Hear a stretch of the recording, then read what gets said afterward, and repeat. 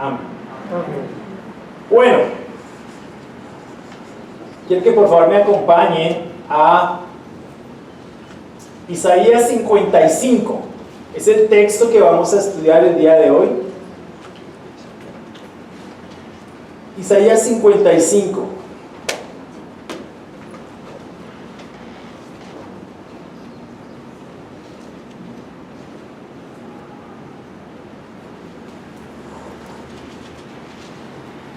Ya casi vamos a terminar Isaías. Lo último que voy a hacer con Isaías es hacer un estudio panorámico de Isaías para finalizarlo, y luego comenzamos una serie en Mateo. Vamos a trabajar el Evangelio de Mateo después de Isaías. Vamos a trabajar una serie en Mateo para que estén atentos a esa serie. Es lo que vamos a continuar después de Isaías. El título de mi sermón el día de hoy es Busquen al Señor. Para aquellos quienes les gusta tomar nota, busquen al Señor. Quería empezar con una frase de A.W. Tozer. Es uno de mis escritores favoritos. Él ya no está vivo, él murió más o menos por los años 60, pero escribió mucho, predicó mucho. Y en uno de sus libros, que se llama En la búsqueda de Dios, escribió lo siguiente: el impulso de buscar a Dios tiene su origen en Dios, pero la manifestación exterior de ese impulso es que nosotros procuremos estar apegados a Él. Y todo el tiempo que seguimos en busca de Él, ya estamos en su mano.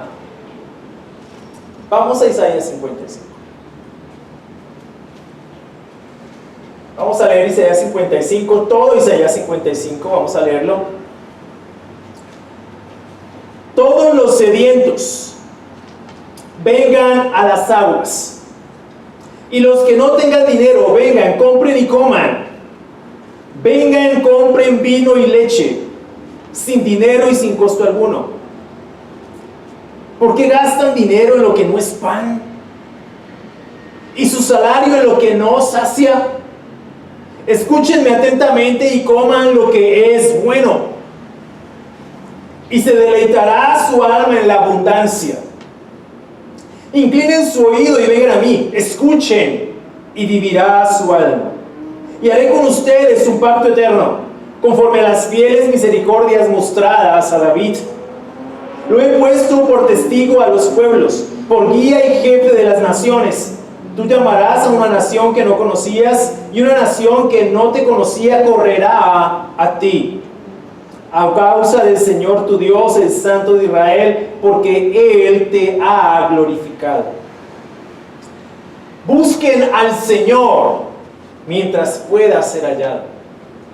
Llámenlo en tanto que está cerca. Abandone el impío su camino, y el hombre malvado sus pensamientos. Y vuélvase al Señor, que tendrá de él compasión, al Dios nuestro, que será amplio en perdonar. Porque mis pensamientos no son los pensamientos de ustedes, ni sus caminos son mis caminos, declara el Señor. Porque como los cielos son más altos que la tierra, así mis caminos son más altos que sus caminos, y mis pensamientos más que sus pensamientos. Porque como descienden de los cielos la lluvia y la nieve, y no vuelven allá, sino que riegan la tierra, haciéndola producir y germinar, dando semilla al sembrador y pan al que come, así será mi palabra que sale de mi boca. No volverá a mí vacía, sin haber realizado lo que deseo y logrado el propósito para el cual la envié. Porque con alegría saldrán y con paz serán conducidos. Los montes y las colinas prorrumpirán en gritos de júbilo delante de ustedes, y todos los árboles del campo aplaudirán. En lugar del espino crecerá el ciprés, y en lugar de la ortiga crecerá el mirto. Y esto será para la gloria del Señor, para señal eterna que nunca será borrada. Muy bien. Busquen al Señor. en un texto que involucra mucho más que un proyecto de liberación política para el pueblo del Señor. Pues recuerden que el pueblo de Judá el pueblo de Israel había estado en exilio, estaban atravesando una situación muy crítica, habían sido oprimidos por diferentes naciones, pero recuerden que ese exilio tuvo una causa esencial, y fue evidentemente la infidelidad del pueblo del Señor. Entonces, en un proyecto de liberación política, o en un proyecto que va mucho más allá de liberación política para el pueblo del Señor, la voz y la pluma del profeta insisten en la necesidad imperante de que su pueblo busque al Señor como lo realmente significativo y fundamental. Porque más allá del hecho de que su pueblo haya sido exiliado, políticamente hablando o territorialmente hablando, su pueblo se había apartado de Dios. Ese había sido el gran problema. El problema no era esencialmente que estuvieran lejos de su tierra. El problema fundamental era que el pueblo del Señor se había alejado de Dios. El exilio evidentemente puso en evidencia no solamente el carácter de Dios, que siempre fue fiel, sino también el carácter de su pueblo. Recuerden que en situaciones de exilio, en situaciones de crisis, de opresión, su pueblo siempre buscó la ayuda de otros dioses. La característica en el carácter de su pueblo fue precisamente ese, la infidelidad. Pero en el carácter de Dios fue algo distinto, la fidelidad. Por eso esto que vamos a estudiar el día de hoy guarda una absoluta relevancia con nosotros, con la iglesia. La sigue guardando. ¿Por qué? Porque somos su pueblo. En últimas, no se trata de lo que pasamos, de las crisis a las que nos veamos enfrentados. Porque no va a ser la primera ni la última vez que vamos a atravesar crisis. Y no ha sido la peor crisis de la humanidad la que estamos viviendo. Es interesante. Cuando ustedes revisan la historia, se dan cuenta que hubo tiempos que realmente fueron más difíciles que los nuestros. 1914 estalla la Primera Guerra Mundial, matando más de 20 millones de personas. 1918 a 1920 estalla una de las pandemias más fuertes que azota a la humanidad, la gripe española, que acaba con la vida de 50 millones de personas. 1936 a 1935 al 45, la Segunda Guerra Mundial. Mueren 6 millones de judíos. Y así. Imagínate, estas personas que nacieron en esa época se vieron enfrentados a diferentes crisis. Entonces, no va a ser la última crisis que vamos a enfrentar como humanidad. El problema no es ese. Realmente, el problema es de quién vamos a depender en una circunstancia como esa. ¿O de quién vamos a seguir dependiendo en una circunstancia como esa? Porque a la larga, las crisis sacan lo mejor de nosotros, pero también nuestras profundas necesidades. Y eso fue evidente para el pueblo de Israel también. Finalmente, aquí se trata de nuestra relación con Dios. No se trata de otra cosa. De eso se trató para el pueblo de Israel, de su relación con Dios. ¿Qué era lo que buscaba el Señor de su pueblo? Que su pueblo se mantuviera cerca de Él. Eso era lo que Él quería. Cada situación crítica que vive su pueblo pone en evidencia lo lejos que está el corazón de ellos de su caminar con Dios. Nuestra necesidad más grande, mis hermanos, es nuestra necesidad de Dios.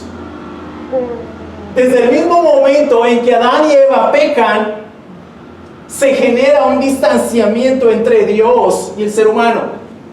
Adán y Eva en el jardín de Edén rompen con Dios. Y comienza una carrera de parte del ser humano, muchas veces por mantenerse lejos de Dios. Ellos sabían que que Dios todas las tardes bajaba al jardín, pero después de que pecan, huyen de Dios. Y esa ha sido la constante del ser humano, huir de Dios, no querer nada con Dios, no querer su tutoría, no querer su control, no querer su autoridad. Y en esa misma narrativa nos encontramos hoy en día. En últimas, no se trataba solamente de regresar del exilio. Podría regresar del exilio nuevamente a la tierra prometida, pero estar lejos de Dios. Y eso no hacía la diferencia.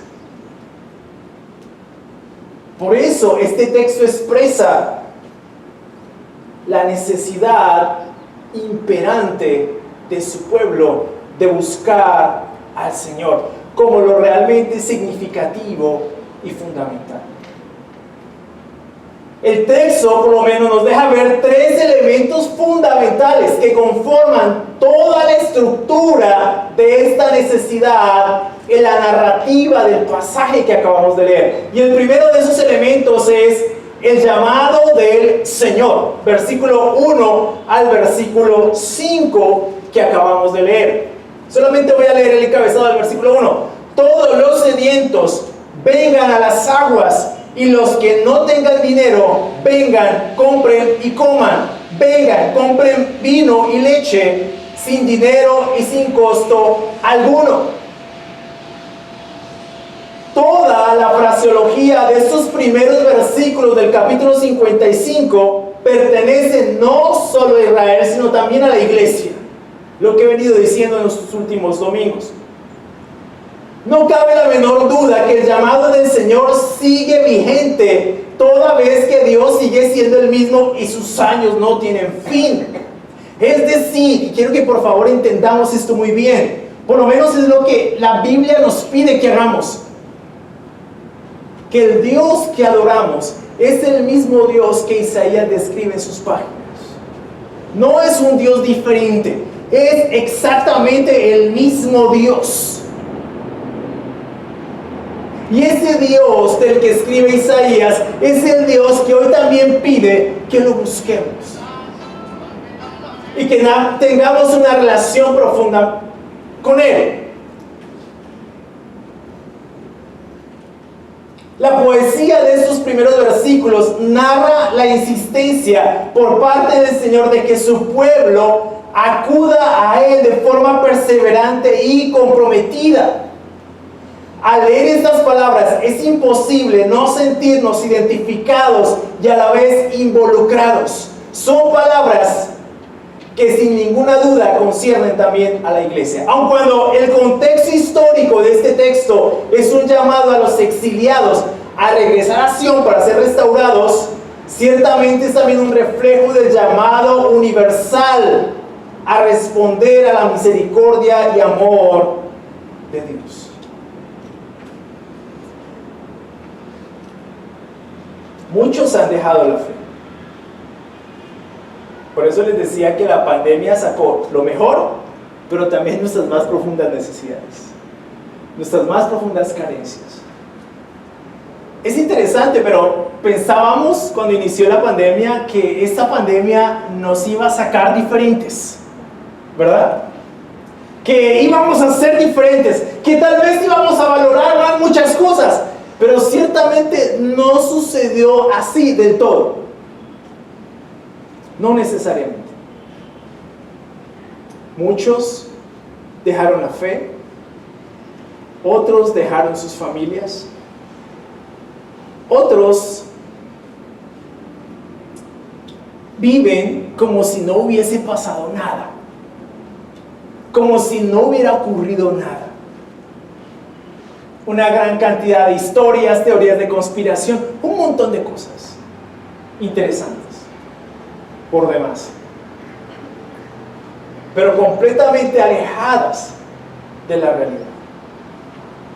Todavía el Señor espera que nosotros dependamos profundamente de Él, que respondamos a su amor y a su misericordia. Todavía Él espera eso. Todavía está atento a eso. Sí, hemos pasado un tiempo difícil durante año y medio, no cabe la menor duda, pero todavía el Señor espera de nosotros que nosotros respondamos a su amor y a su misericordia. Es lo que Él espera.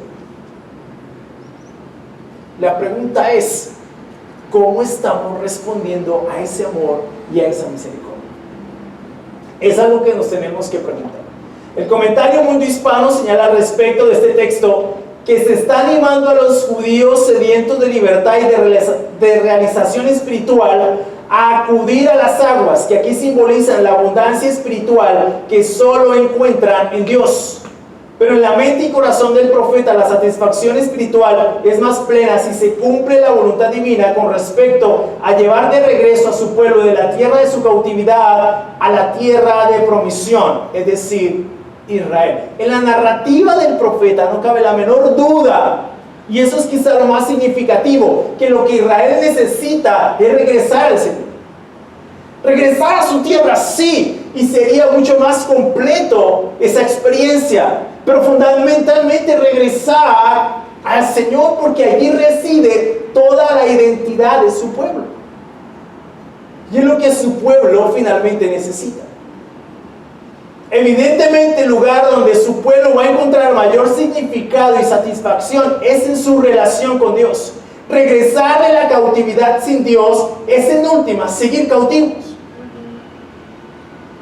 El llamado del Señor es fundamentalmente regresar a Él. Lo realmente interesante de toda esta narrativa es que Dios está llamando a todos los sedientos. ¿A todos los sedientos de qué? ¿O de quién? De Dios. ¿Tú has tenido alguna vez sed? Una sed que tu lengua se queda pegada al paladar. ¿La has tenido alguna vez? Que sientes que si no tomas agua te vas a morir. Yo alguna vez sentí esa sed cuando presté el servicio militar. Y lo peor de todo es que el que me podía dar agua no me la dio. Y yo estuve a punto de tomar agua del río, que tomar agua del río significaba calmar mi sed, pero a la vez tener una gastroenteritis, que eso significaba que igual me iba a deshidratar por alguna razón, iba a estar peor. Pero tuvo esa tentación de ir a tomar agua del río porque mi lengua se pegaba al paladar. El llamado de Dios aquí es a todos los sedientos de esa forma de Él. Los sedientos de lo espiritual. Los sedientos de Dios. Ahora, recordemos la frase de A.W. Tozer. El impulso de buscar a Dios tiene su origen en Dios, pero la manifestación exterior de ese impulso es que nosotros procuremos estar apegados a Él, y todo el tiempo que seguimos en busca de Él, ya estamos en su mano. De modo que si tú experimentas una sed de Dios, ten la plena seguridad que fue Dios quien puso eso en ti. Solamente por el hecho de haber sido creado a su imagen y semejanza, tienes el privilegio de experimentar sed de Dios. Así que si tienes sed de Dios, toma agua. pero no agua de la llave. Toma el agua que significativamente va a quitar tu sed, o va a saciar tu sed. No tomes de cualquier agua. Es lo que Él está llamando aquí. Todos los sedientos, vengan a las aguas, y los que no tengan dinero, vengan, compren y coman. Vengan, compren vino sin dinero, vino y leche sin dinero y sin costo alguno. ¿Por qué gastan dinero en lo que no es pan y su salario en lo que no sacia? Escúchenme atentamente y coman lo que es bueno, y se deleitará su alma en la abundancia.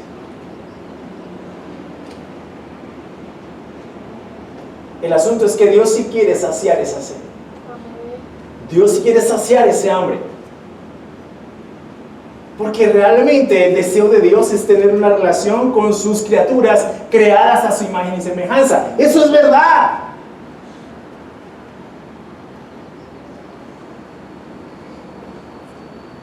Bueno, espero que... En un pasaje similar en Juan 7:37, el Señor Jesús hace un llamado parecido a este, y es aquí en este punto que la iglesia como pueblo del Señor se encuentra vinculada y comprometida. Juan 7, versículo 37 dice: en el último día, el gran día de la fiesta, Jesús puesto en pie exclamó en voz alta: si alguien tiene sed, que venga a mí y beba. El que cree en mí, como ha dicho la Escritura, de lo más profundo de su ser brotarán ríos de agua viva.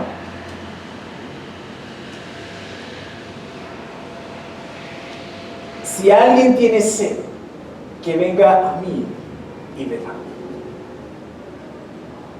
El único lugar donde definitivamente vamos a ser saciados es en Cristo. En ningún otro lugar. El llamado del Señor es perentorio e insistente: escúchenme atentamente y coman lo que es bueno, y se deleitará su alma en la abundancia. Sin lugar a duda, no hay un lugar donde el ser humano, creado a imagen y semejanza de Dios, encuentre mayor significado y plenitud que en la presencia misma del Señor y en el poder de sus palabras. La pregunta del versículo 12 constituye como un argumento definitivo en favor de esta premisa. ¿Por qué invertir en lo que no es pan, en lo que no sacia ni alimenta? Y muchos hoy están en ese proyecto. Buscar saciar su sed en un lugar donde no la van a saciar. Porque el único lugar donde podemos nosotros saciar nuestra sed es en nuestra relación con Dios. Es el único lugar. No hay otro lugar. Es en Cristo. Y si no es en Cristo, no es en ningún otro lado. Ténganlo presente. No es con Buda, no es con Confucio, no es con el multinivel. Es con Cristo. Si no es con Cristo, no es con nadie más. Porque el único lugar donde según Jesús podemos saciar nuestra sed es con Él. No hay otro.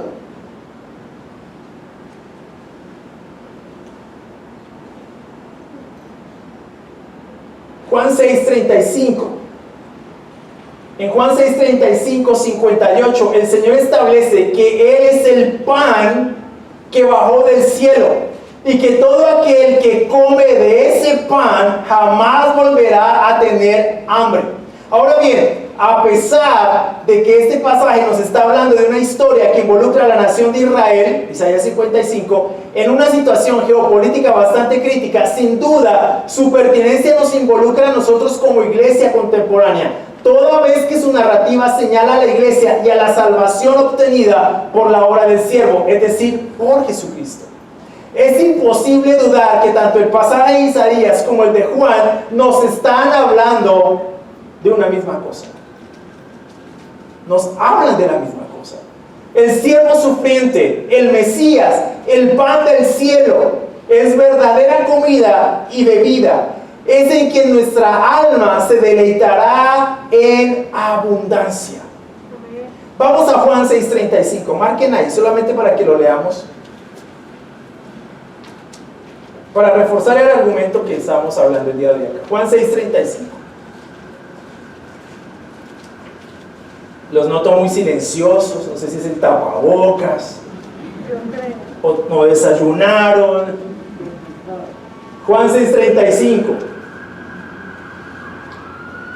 Jesús les dijo: yo soy el pan de la vida, el que viene a mí no tendrá hambre, y el que cree en mí nunca tendrá sed. Pero ya les dije que aunque me han visto, no creen.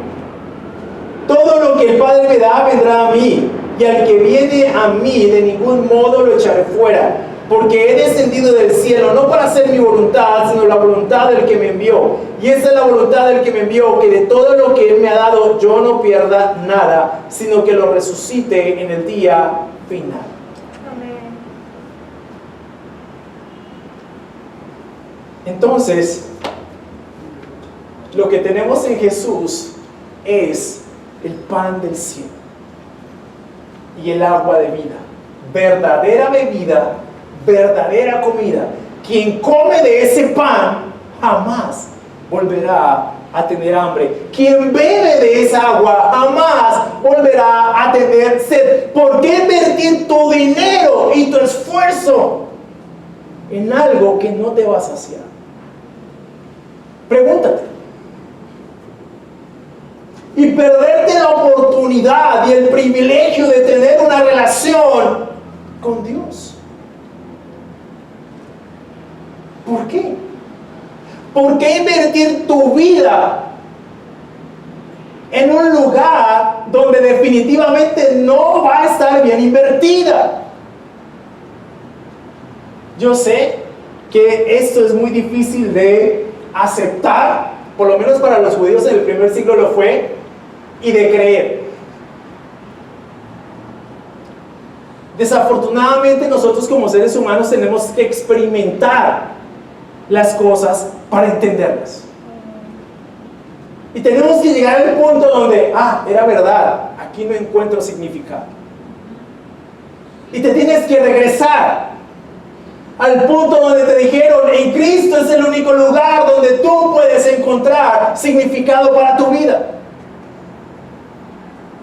¿Por qué nuevamente invertir tu vida, tu dinero, tu esfuerzo?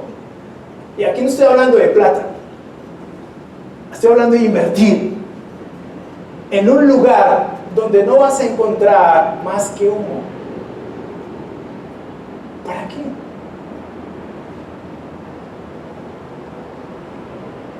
De hecho, el versículo 3 hace un llamado igualmente insistente en inclinar el oído y acudir a Dios. Escuchen y vivirán, y vivirá su alma. Es la exhortación y la promesa del Señor, una promesa respaldada por un pacto eterno que apunta sin lugar a duda al Mesías.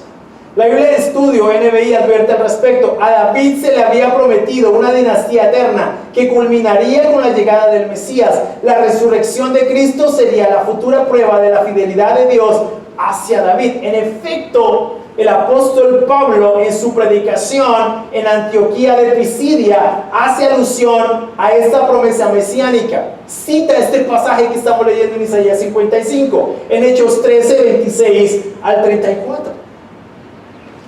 Efectivamente, la narrativa de los versículos 4 y 5 señalan inobjetablemente a Cristo. Sin duda, son textos que se aplican a David y por extensión a Cristo como su descendencia. Por otro lado, naciones que no te conocían correrían hacia ti. Aduce claramente a naciones gentiles, es decir, a nosotros. Y Pablo en la predicación del mensaje, en el pasaje de Hechos, lo manifiesta con claridad. Se está dirigiendo a gentiles y a judíos.